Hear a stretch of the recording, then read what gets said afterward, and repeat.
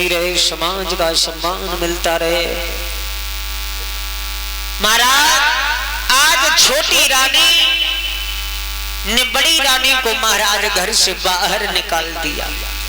बड़ी रानी महलों पे, कहां महलों में रहने वाली आज खेतों पे रहने लगी है। धीरे धीरे धीरे धीरे समय व्यतीत हुआ।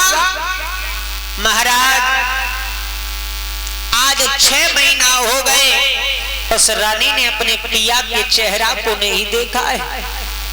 6 महीना हो गए, पिया के चेहरा को नहीं देखा। आधी रात्रि के वक्त वो रानी बैठी है, आंखों से आंसुओं की धारा चल रही है। सोच रही है क्या लिखा है दीन बंधु मेरी किस्मत में, जो आज 6 महीना हो गए मैंने अपने पिया की सूरत नहीं देखी है।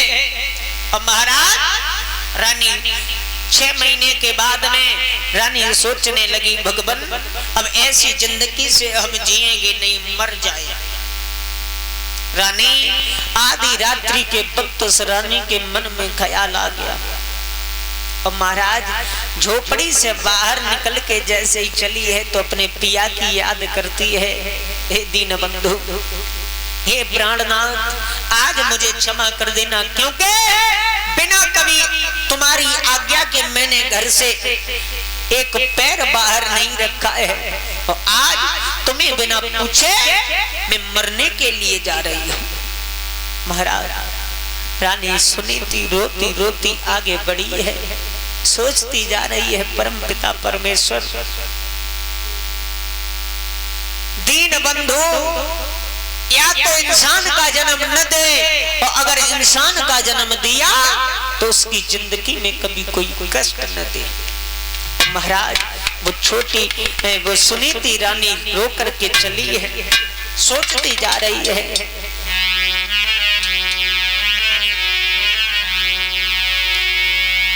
अरे दुख की मारी मात और झोपड़ी से बाहर खड़ी आई।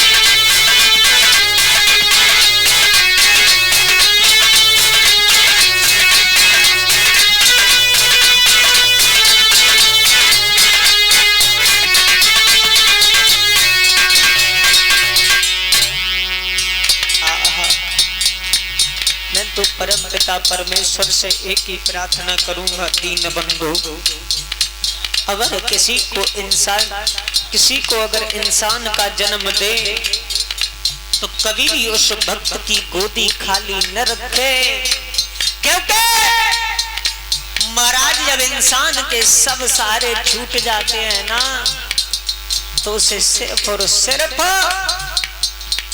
केवल भगवान की याद आती है या फिर उसे मरने की याद आती है। मैया आज रोते रोते धीरे धीरे आगे बढ़ी है। अरे भाई जब जंगल में ठाड़ी,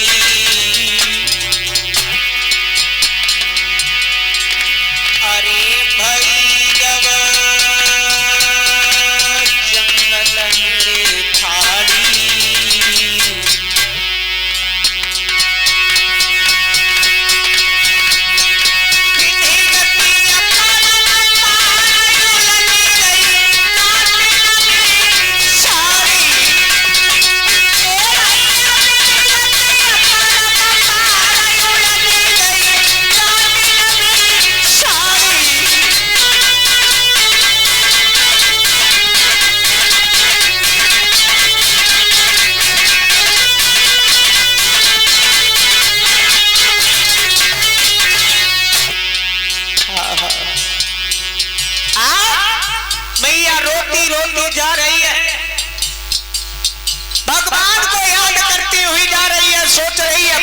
पिता परमेश्वर, तूने मेरी किस्मत में क्या लिख दिया है?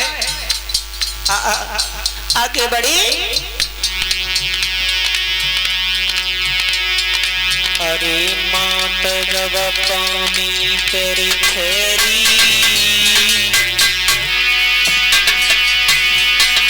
अरे मात जब पानी तेरी फेरी,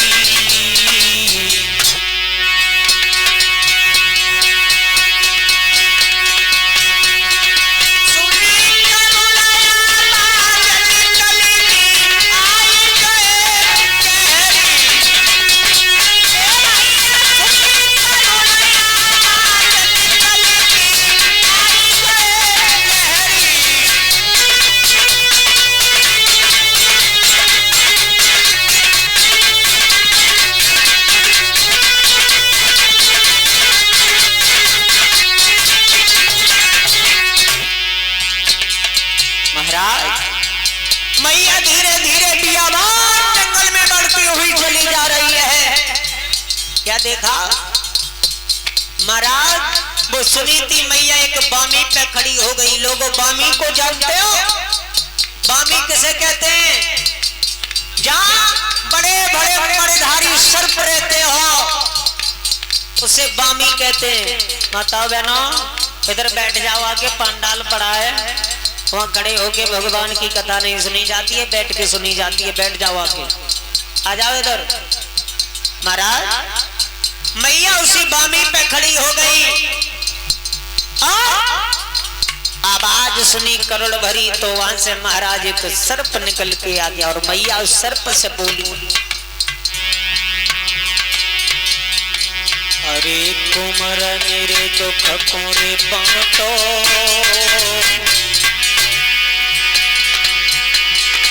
अरे कुमर मेरे दुख को रे बांटो,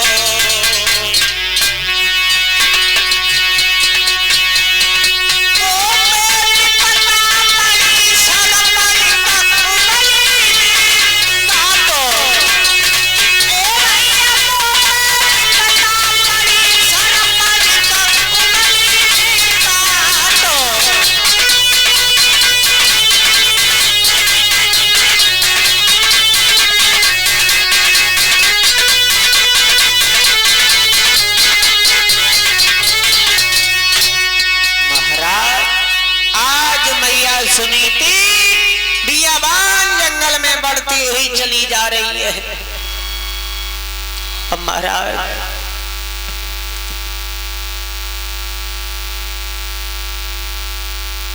बियाबान जंगल में जा रही है मैया, धीरे धीरे धीरे धीरे आगे बढ़ती हुई चली जा रही है। तब तक ब्रह्मपुत्र देव ऋषि बाबा नारद का पदार्पण हो गया। बाबा नारद ने देखा, बाजी बाव, आधी रात्रि के बाद और इस बियाबान जंगल में एक कौन भागता हुआ चला जा रहा है? आवाज लगाई बाबा नारद ने, कौन हो और कहां भागती हुई जा रही हो? मैया सुनीति खड़ी हो गई और सुनीति मैया खड़ी हो गई तो बाबा नारद ने प्रश्न कर दिया है, दिखने में किसी राजा की रानी लग रही हो, आधी रात्रि के वक्त इस बियाबान जंगल में भागती हुई कहां जा रही हो? तो महाराज सुनीति मैया से पूछने लगे, बाबा नारद कहां से आई हो, क्या नाम है तुम्हारा, क्या नाम तुम्हारे पति का है? तो सुनीति मैया समझाती हुई कहने लगी, बाबा जी बोलो, मैं अयोध्या नरेश महाराज उत्तानपाद की बड़ी रानी हूँ, मेरा नाम सुनीति है। सुनीति, अरे तुम मरने के लिए आई हो क्या? बोले हाँ। क्यों मरना चाहती हो? बाबा जी मेरे ऊपर बड़ा कष्ट है, बड़ा दुख है। अरे दुख है, कष्ट है, कौन सा दुख, कौन सा कष्ट है? बाबा जी मैं मरना इसलिए चाहती हूँ कि मेरे उदर से किसी संतान ने जन्म नहीं लिया है। बाजी वाह, अरे संतान ने जन्म नहीं लिया तो क्या मर जाओगे? बोले बाबा जी दुख ये है, दूसरा दुख ये है कि मैंने अपने महाराज का दूसरा विवाह करवाया। आज 6 महीना हो गए, जब मेरे कोई संतान नहीं हुई तो मैंने अपने महाराज का दूसरा विवाह कराया, और जब महाराज की दूसरी वाली पत्नी घर में आ गई है, मेरी छोटी बहन मेरे घर में आई है, उससे भी अभी तक किसी संतान ने जन्म नहीं लिया है। क्या करें, क्या न करें? मरे नहीं तो फिर क्या करें? रानी सुनीति कि महाराज मस्तक की रेखा बाबा नारद ने देखी तो बाबा नारद कहने लगे, रानी कौन कहता है तुम्हारे संतान नहीं होगी? घर के लिए लौट जाओ, जाओ, मैं तुम्हें ये वचन दे रहा हूं कि तुम्हारे 9 मास के बाद तुम्हारे उदर से कोई न कोई संतान जन्म जरूर लेगी। क्या? बोले हाँ। पागलो, बाबा जी क्या कह रहे हो?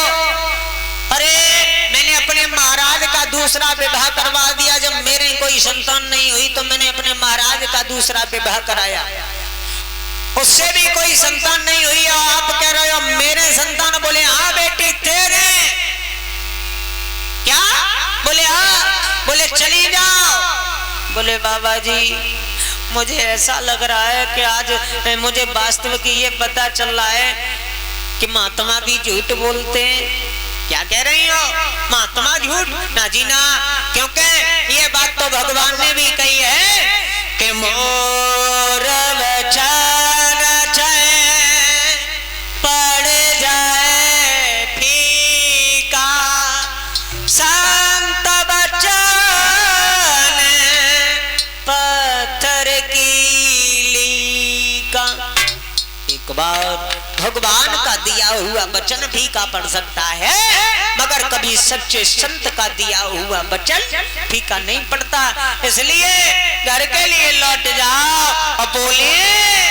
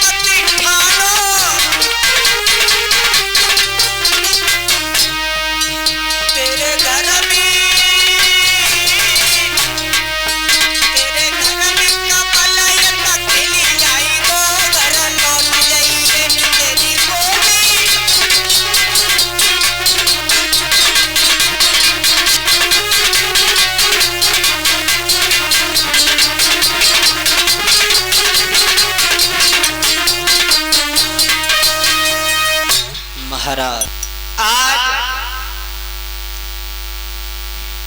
बाबा नारद की बात मानने के बाद रानी सुनीति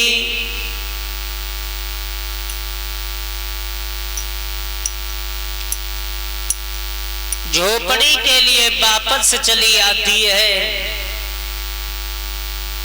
और उस झोपड़ी में आकर के महाराज सारी रात रानी सुनीति को हो गई देखते, सोचते सोचते कि महाराज वो कौन सा दिन होगा, वो कौन सा समय होगा जिस दिन मेरे आंगन में मेरी गोदी में एक नन्हा सा मुन्ना सा गोदी का खिलौना खेलेगा।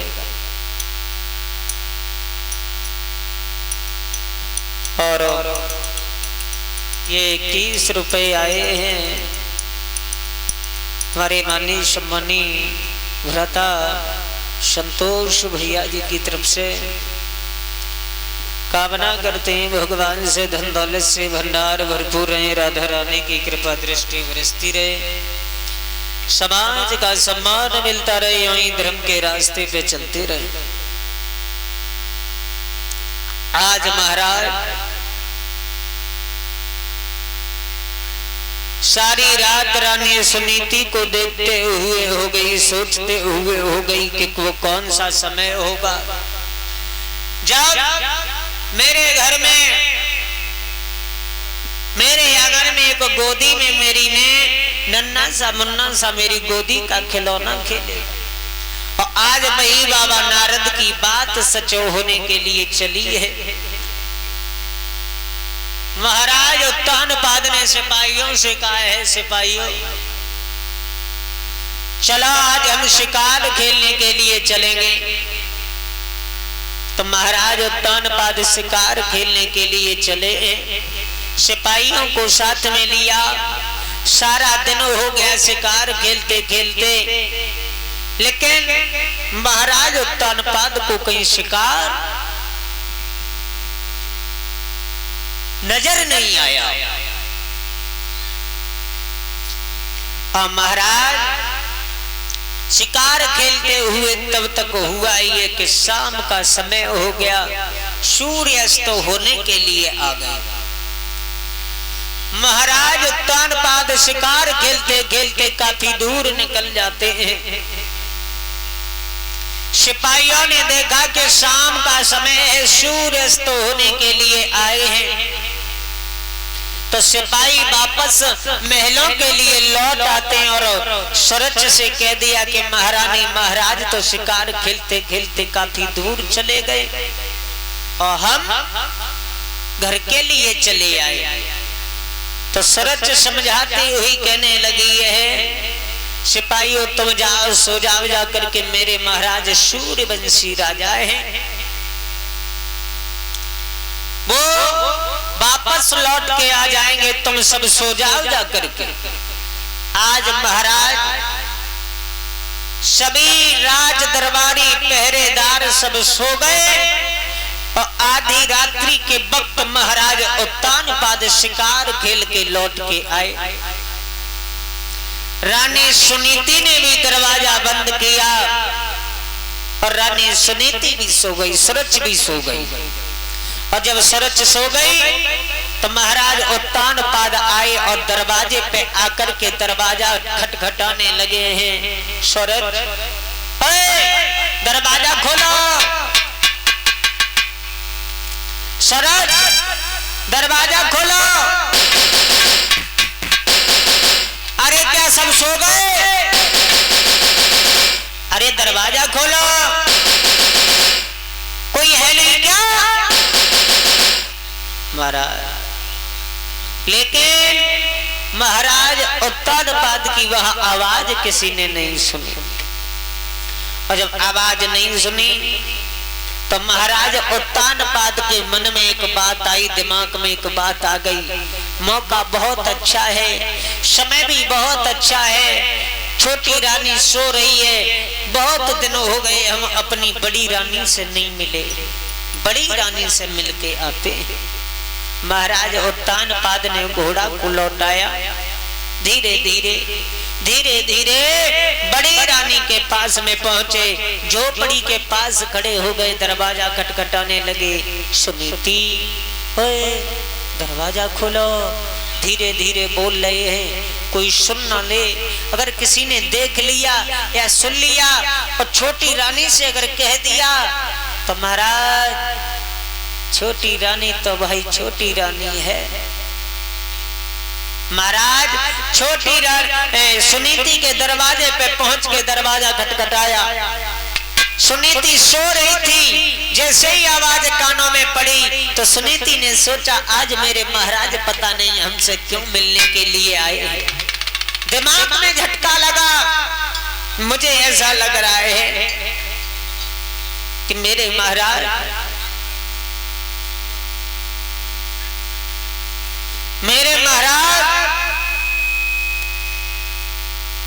मुझे ऐसा लग रहा है कि मेरे महाराज आज रानी ने मुझे मारने के लिए भेजा है। तो महाराज सुनीति ने सोचा कि अगर मारने के लिए भेजा है तो पति के हाथों मर जाएंगे तो तर जाएंगे। दरवाजा खोला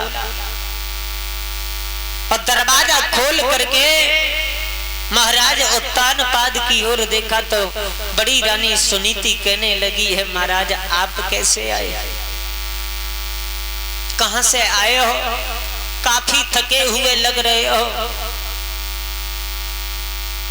तो उत्तानपाद समझाते हुए कहने लगे हैं, क्या दरवाजे पे खड़े होकर के ही सब बातें पूछ लोगे, घर के अंदर नहीं ले चलोगे। तो महाराज उस रानी ने क्या किया है,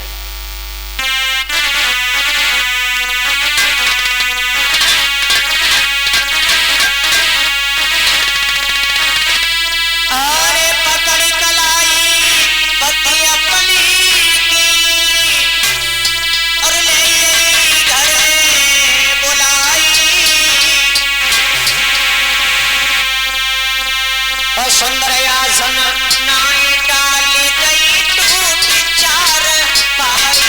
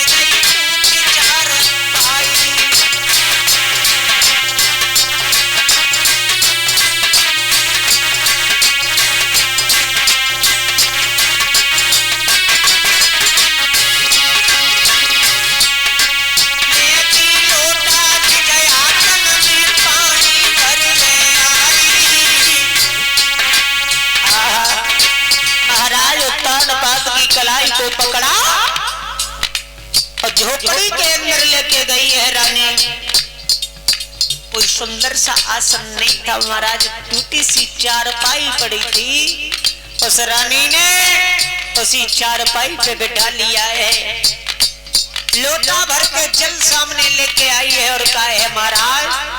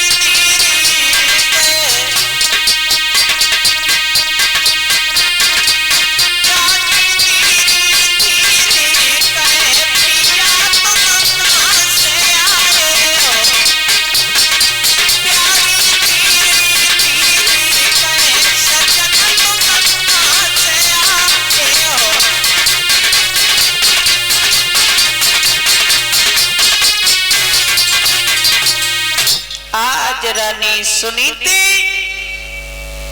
समझाती हुई कहने लगी है, पिया आधी रात्रि के वक्त तुम्हारा यहाँ कैसे आना होगा? बोले आधी रात्रि के वक्त आज तुम्हारा इस गरीबनी की झोपड़ी में कैसे आना हो गया? महाराज तानपाद कहने लगे, रानी ये बातें तो हम बाद में भी कर लेंगे, लेकिन रानी मुझे बहुत तेजी से भूख लगी है, कुछ खाने के लिए हो तो हमें दे दो। सुनीति मैया समझाती हुई कहने लगी है, पिया मेरे पास ज्यादा तो कुछ नहीं है, लेकिन मेरे पास केवल एक जौ की रोटी पड़ी है महाराज, वो भी तुम्हें नमक के साथ खा के गुजारा करना पड़ेगा। महाराज तानपाद कहने लगे, रानी वही ला करके दे दो। आज महाराज तानपाद को जैसे ही वो जौ की रोटी दी है, महाराज तानपाद ने जौ की रोटी को जैसे ही तोड़ के एक निवाला मुंह की ओर लेके गए, तो वो निवाला महाराज गले को छीलता हुआ अंदर के लिए जब गया है, तो महाराज तानपाद कहने लगे, रानी तुम ये रोटी कैसे खाती हो? बोले भगवान खानी तो पड़ेगी, आप महाराज कहाँ 56 प्रकार के व्यंजन करने वाले, और कहाँ इस गरीबनी के पास में भला क्या रखा है? आप एक काम करो भगवान, जो कुछ हमसे ये रूखी सूखी सेवा बनी है, आप भगवान से प्रेम से पा लीजिए। आज महाराज तानपाद ने वो जौ की रोटी नमक के साथ में खाई है।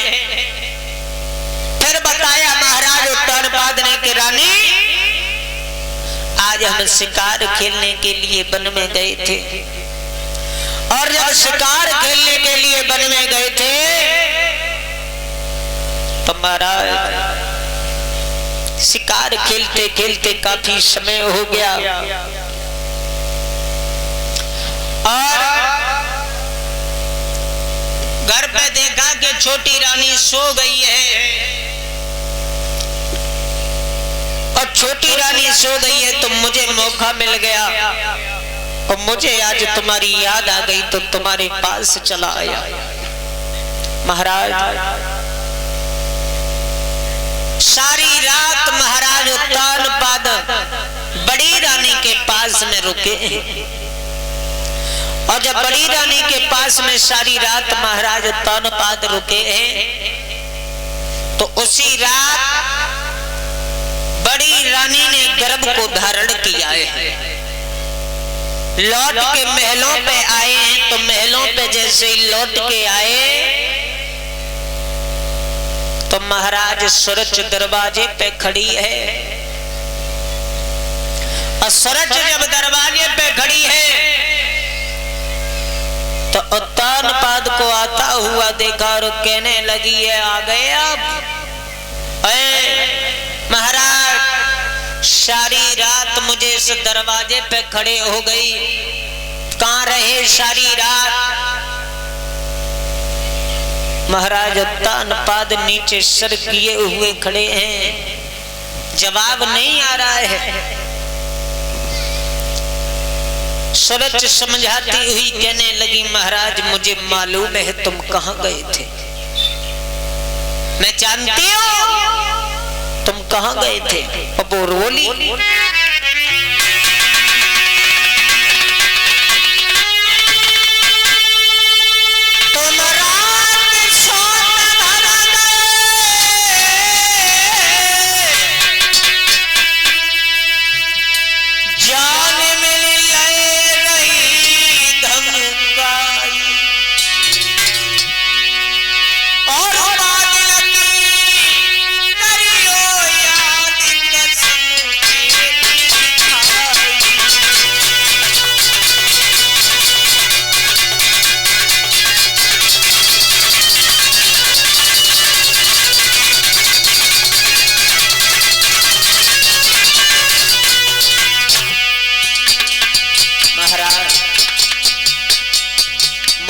मालूम है तुम सारी रात कहां गए थे? मैं जानती हूं, क्योंकि याद करो उस दिन की जिस दिन तुमने हमारे साथ में विवाह किया था, जब डोला को लेकर के घर पे आए थे। तो उस दिन क्या कहा था आपने? बात तो भूल गए? मैं जानती हूं।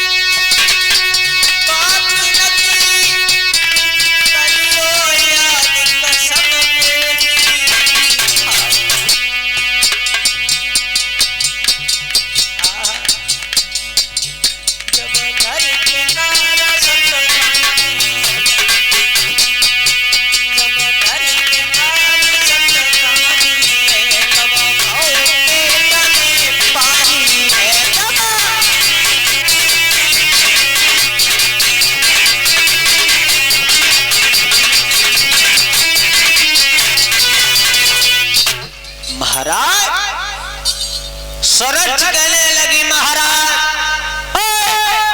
मैं जानती हूं तुम सारी रात कहां पे रहे। मुझे ये मालूम है तुम सारी रात मेरे सौत के घर पे गए थे। उस दिन की याद करो जिस दिन तुमने मेरी कसम खाई थी कि मैं भूल करके भी ये भूल नहीं करूंगा, कभी भी अपनी सौत के घर पे नहीं जाऊंगा। और तुमने मेरे साथ में धोखा किया ना जी ना। सुना जो ये कहा महाराज उत्तानपाद सोचने लगे, वाह जी वाह, अगर आज इससे हम डर गए तो ये सारी जिंदगी हमें धमकाती रहेगी। आज हमें डरना नहीं है। महाराज उत्तानपाद ने तलवार को निकाला, रुका, री अभागिन औरत ये ले तलवार और ले जाकर के उसे मार क्यों नहीं देती है? जिस दिन से तुम आई है उस दिन से तूने उसे चैन की रोटी नहीं खाने दी। हाय महाराज, सोई छोटी रानी डर गई और डरी गई। महाराज उत्तानपाद ने दांती को पीसा, कहने लगे, नादान औरत, आज के बाद अगर तूने कभी उसके बारे में कुछ कहा ना तो तुझे जान से मार दूंगा। जो ये कहा, हाय महाराज उत्तानपाद की बंदर घुड़की काम कर गई। महाराज सूरज कहने लगी, महाराज हम तो ऐसे ही कह रहे थे, तुम तो गैर मतलब में गुस्सा हो गए। चलो आप अंदर चलो, भोजन करो चल के, हारे थके हो गए। अच्छा लेके चली तो साथ साथ में ये भी कहने लगी, सच बताओ ना महाराज तुम गए तो नहीं थे ना? महाराज उत्तानपाद बोले कि पागल है। जो ये कहा, बड़े प्रेम के साथ महाराज उत्तानपाद छोटी रानी के पास रहने लगे हैं। उसी रात में छोटी रानी ने भी गर्भ को धारण किया। दोनों रानियों ने गर्भ को धारण किया है। धीरे धीरे समय व्यतीत होने के अनुसार महाराज परीक्षित, दोनों रानियों में अंतर बहुत है। एक ने जब गर्भ को धारण किया,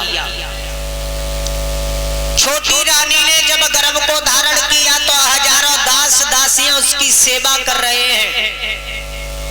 कोई दासी पैर दबाए रही है, कोई दासी हाथ दबाए रही है, कोई दासी बखा दबाए रही है, कोई दासी पीठ दबाए रही है, कोई दासी सर दबाए रही है। और काऊ दासी को अगर जगह न मिल रही है तो वो दासी दासी को दबाए रही है। दोनों में अंतर। और एक रानी खेतों पे रह रही है, कोई पूछने वाला नहीं है उस दुखिया को। दोनों में बहुत बड़ा अंतर।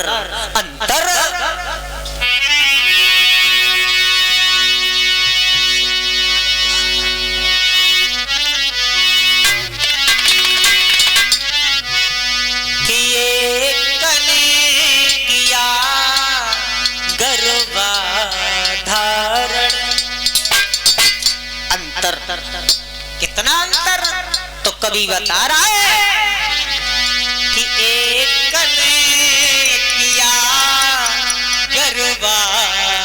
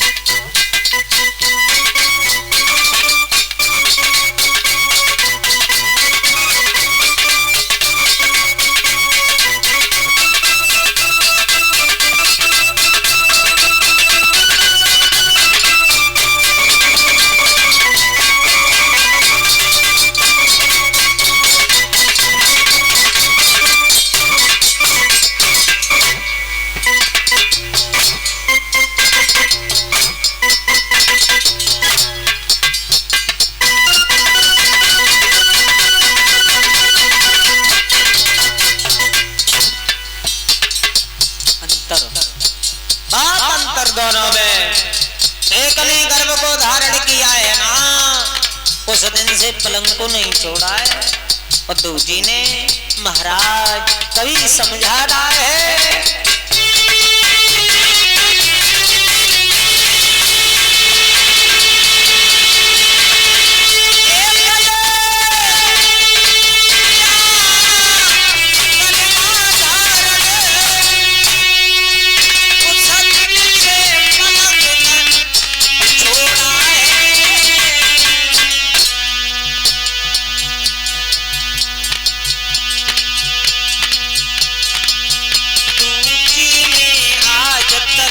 भैया